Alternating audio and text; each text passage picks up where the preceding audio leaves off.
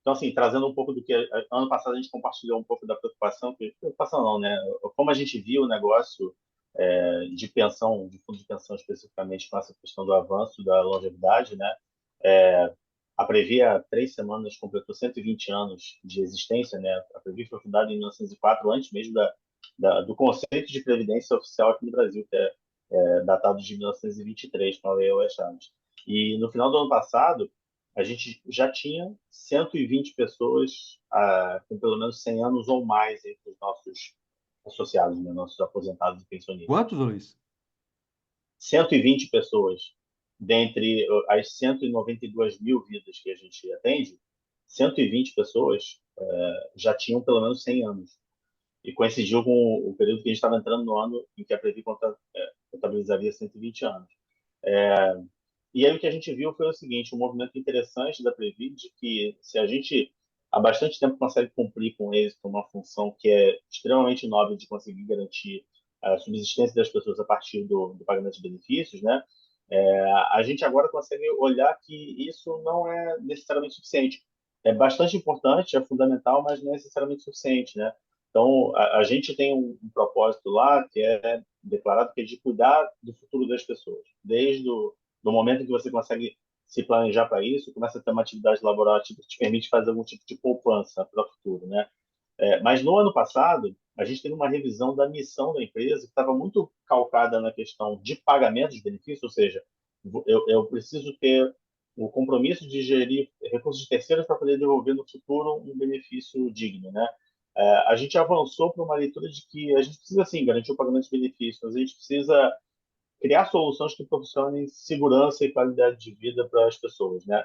E os seus familiares. Então, se antes a gente olhava ali para aquele público de 192 mil pessoas, que é o número que a gente tem de associados hoje, estendendo um pouco isso para a visão de grupo social, de família, a gente já vai para a casa dos milhões, né? E aí, essa área que foi criada e que eu estou tendo a oportunidade de liderar hoje, né? Até o Márcio e o Rodrigo, que estão aqui na reunião, trabalham comigo lá, também são gestores na nossa unidade. A gente recebeu o desafio da nossa diretoria de dizer o seguinte: olha, vocês precisam conseguir criar produtos e soluções voltadas para um público 60 a mais, que é uma parte significativa dos nossos aposentados, né? Hoje a gente tem um pouco mais de 84 mil pessoas aposentadas, boa parte delas está nessa faixa, e o que a gente tem visto é o seguinte, por tudo que a gente tem estudado e olhado, é que esse digamos assim, é uma frente ainda muito incipiente no Brasil, né? A gente tem pessoas, como vocês falaram, com vontade de trabalhar, com vontade de ser produtivo, mas talvez a gente não esteja preparado para isso. E aí eu me lembro do professor José Vicente, da Universidade de Zumbi dos Palmares, que ele falava o seguinte: o problema do racismo não vai ser resolvido apenas pelos negros, mas pelos brancos, porque se forem só os negros a quererem mudar, a gente não consegue mudar. Então a gente precisa pregar para os não convertidos também, né? Então, qual que é o nosso desafio lá? É a gente conseguir fazer com que essa geração que está aqui agora consiga criar as condições para que a geração que nos antecedeu possa ter a oportunidade de seguir trabalhando, de seguir sendo produtivo e seguir tendo saúde, né? Naquela definição da OMS de que saúde é uma questão física, social e psicológica também. Então, o que a gente tem feito é a gente está conversando com algumas aceleradoras que trabalham com startups com soluções voltadas para a longevidade, para que a gente possa criar as conexões, né? O que a gente vê existem muitas iniciativas interessantes. Eu lembro do ano passado de ter assistido a apresentação da Talento Sênior, que fazia todo sentido para a gente, mas a gente ainda não conseguia fazer as conexões de eu conseguir fazer com que essas pessoas que eu alcanço hoje com a minha comunicação pela empresa que a gente tem, que eu trabalho, né, que elas conheçam essas soluções para que elas possam, de fato, fazer as coisas acontecerem, né, que a gente possa sair dos eventos que a gente participa, onde a gente assiste palestra, que a maioria das pessoas que é público-alvo acaba não tendo contato. Então, assim, qual que é a nossa ideia hoje? E aí, compartilhando a maneira que a gente está trabalhando para tentar encontrar esses produtos novos, né? A gente vai fazer uma pesquisa inicial com esse público através de grupos focais para tentar entender, a partir da visão dessas pessoas, o que é valor para elas. E a gente quer organizar ainda, talvez no primeiro semestre desse ano, ou provavelmente no início do segundo semestre desse ano, um ideatom com essas pessoas. Então, a gente quer pegar uma quantidade significativa, pelo menos 100 pessoas do público 60 mais, colocar um dia inteiro de trabalho dentro de um espaço, para que a gente possa fazer a semelhança de um hackathon, só que normalmente o hackathon é mais exaustivo, né? A semelhança de um hackathon, conseguir extrair assim o que é relevante na visão deles, né? O que para essas pessoas faz mais diferença? Faz mais diferença você conseguir ter uma plataforma que permita ela vencer a barreira geracional para ela criar novos vínculos de amizade, por exemplo, porque uma pessoa com 80 anos perdeu boa parte dos seus amigos ou familiares e ela fica um pouco sem referência. E como é que ela faz para encontrar isso? Como é que ela faz para poder socializar e ter assunto ou ter conteúdo para debater com uma pessoa de 40, de 50?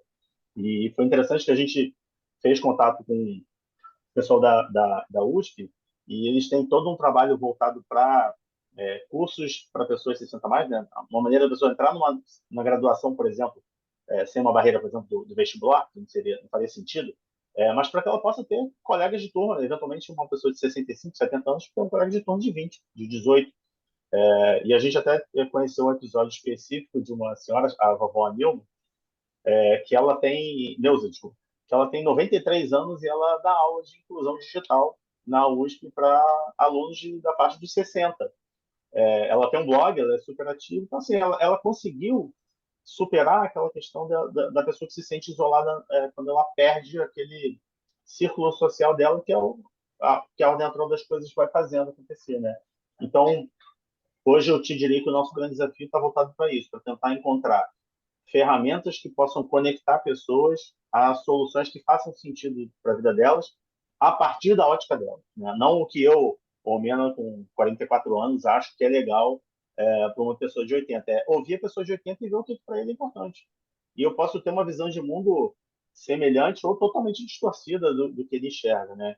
Então, a gente acredita que esse ano a gente está dando esse passo importante, está dentro do nosso planejamento estratégico, é uma missão que eu tenho junto com o Rodrigo e com o Márcio aqui de conseguir encontrar esse caminho. A gente sabe que a gente não vai resolver da noite para o dia, mas que ele seja pelo menos um primeiro passo dentro de uma jornada que até então ela era desconhecida para a gente, né? A gente simplesmente se limitava é, a pagar o benefício e se dar por satisfeito com o cumprimento dessa missão. De novo, é importante, a gente está falando de um público privilegiado da sociedade brasileira que pode, numa idade mais avançada, ter uma segurança financeira para poder ter uma qualidade de alimentação, de acesso à saúde e tudo mais, mas que não é suficiente se a gente estiver falando do ser humano de uma maneira integral, né?